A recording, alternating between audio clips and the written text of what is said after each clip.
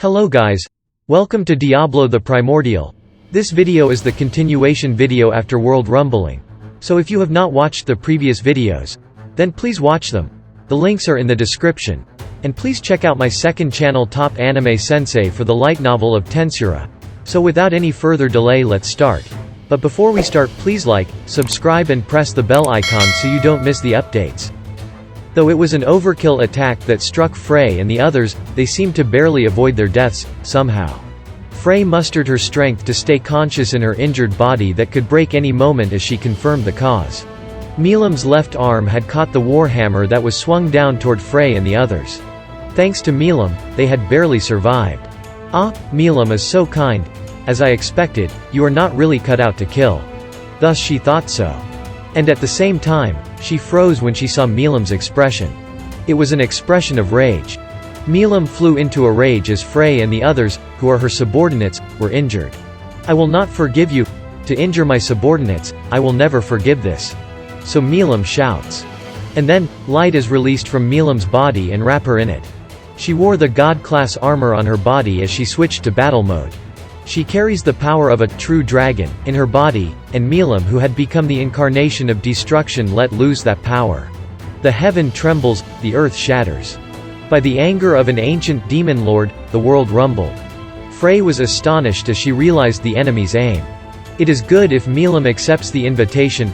In the case where she declines it, make her fly into a rage that deprives her of her senses. And like now. Not good. Don't do it, Milim. Frey, who tried to stop Milim with a soundless voice. However, her voice couldn't reach Milim. The world will once again be exposed to the wrath of the ultimate dragonoid. This is bad. Really bad. From the video that was being projected on the big screen, Milim was enraged, and looked as though she has lost all reasoning.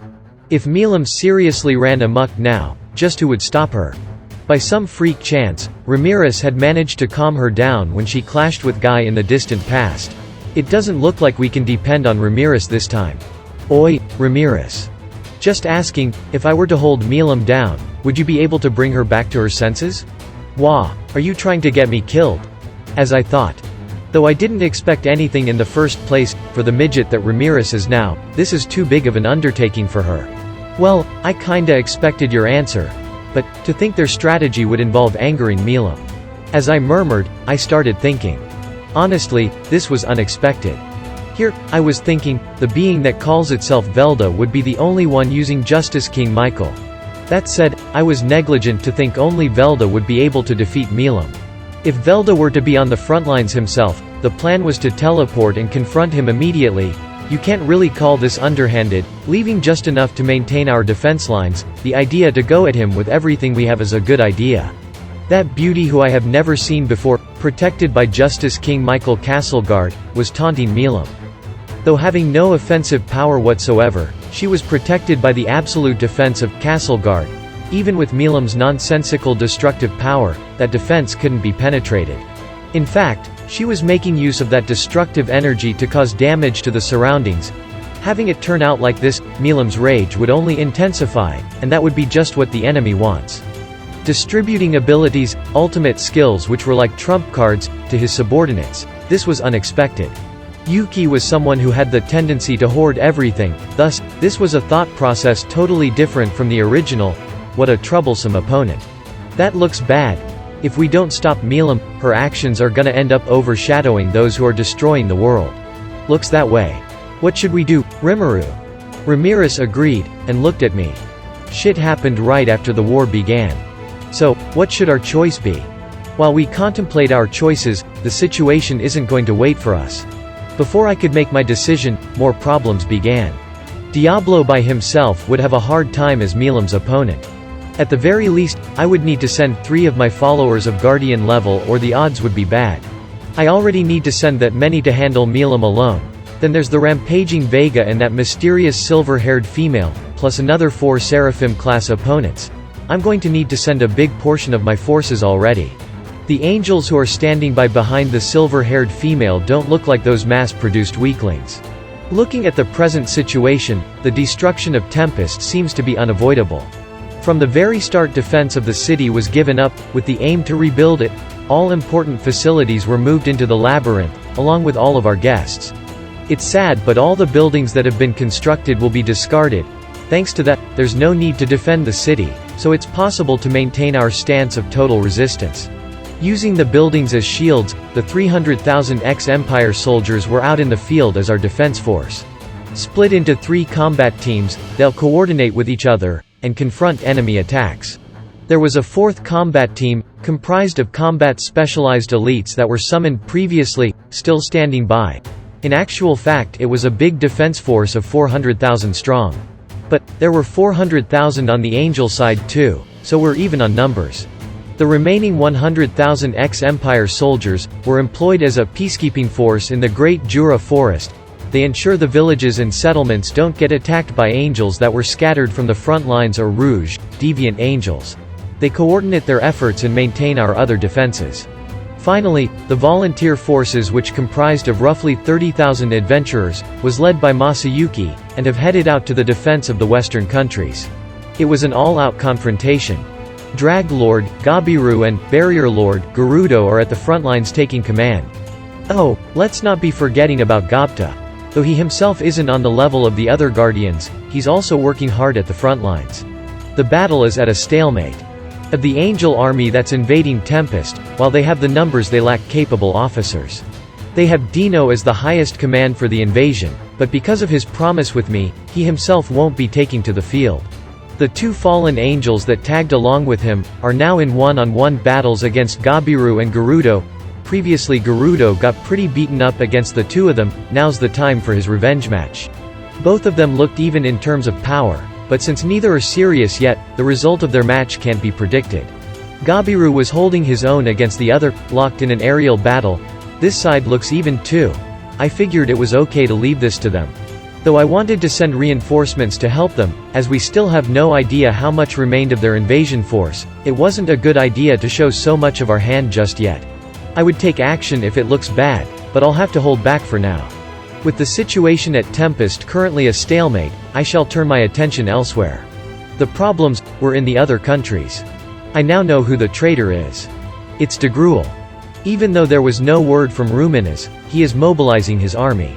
Along with 200,000 of the Angel army, plus 100,000 of Dagruel's Chain Giant army, estimated B+ rank, Rumina's forces definitely can't hold against them. Looks like their main target is Ruminas. Their aim is to crush one pillar of the Demon Lord's first, Queen of Nightmare, Rumina's Valentine. Ruberios was, in fact, the linchpin in the defenses of the Western countries. If it were to fall, the enemy would gain a foothold over the Western countries, and would probably get their momentum going. As the Angel army was flight capable, if they used the extra-large transit gate they would be able to spread their forces rapidly. It was easily predicted that the inhabitants of the Western countries would be unable to fend off a pincer attack, and would get ravaged by the giant army advancing from their west, let alone the Angel army coming down from the skies. Rumina's personal forces, comprised of 300 Holy Knights and 400 Bloody Knights, both estimated at A rank. As the commanding officers, the 7 greater nobles. Plus, a handful of Holy Knights led by Arno. The main force consisted of 100,000 members of the Holy Scripture Knights, estimated B+ rank, the Saint Church's believers, lesser vampires and other similar Majin under Ruminas comprised most of these units. In addition, was 100,000 knights, estimated C+ rank, that were sent from the remaining Western countries. That was all. It was a great force of over 200,000, but they were already struggling against the Angel army. Among the elites who were directly under Dagruel, there are a rank Majin class giants. This meant Ruminas would be outnumbered and outclassed. Ruminas and Dagruel house the 2 largest factions among the Demon Lords. Their forces were equal. But, counting in the number of reinforcements, and their quality, there'll be a distinct gap now. If at this point in time, Ruminas were to fall, the collapse of the Western countries would take but an instant. In less than a month, the Western countries would be totally ravaged. This must definitely be prevented. That means, I'm going to have to send in reinforcements. Dagruel's strength is still unknown to me. It is said he has the beef to back up getting into fights with Veldora in the past, so it's a bad idea to underestimate him. Even if he gets into a one-on-one fight with Ruminas, it was difficult to predict who would have the upper hand. As Ruminas wields an ultimate skill of the Sin series, I don't think she'll be defeated that easily. In any case, there's a need for me to send reinforcements. There are problems elsewhere too. Against the forces of Leon's Magic City country, the 200,000-strong Angel Army is too much for them to handle. Currently, with the use of a defensive emplacement, and focusing on city defense, his forces are still holding on. But, the moment the defenses are broken through, the flow of the battle is likely to shift. Leon's forces was comprised of only 10,000 magic knights, estimated A rank. They were an elite band of capable knights, which I caught a glimpse of during my visit. But, the difference in power is too vast for them to be able to cover their handicap in numbers. Although the angels are estimated to be B rank in combat prowess, the abilities differ for those who are reincarnators. In other words, it's different depending on their willpower. And that's it. Thank you so much for watching. And if you guys have not watched my earlier videos, then please watch them. The links are in the description. And please check out my other channel Top Anime Sensei for the light novel of Tensura. And don't forget to like, subscribe and press the bell icon so you don't miss the updates.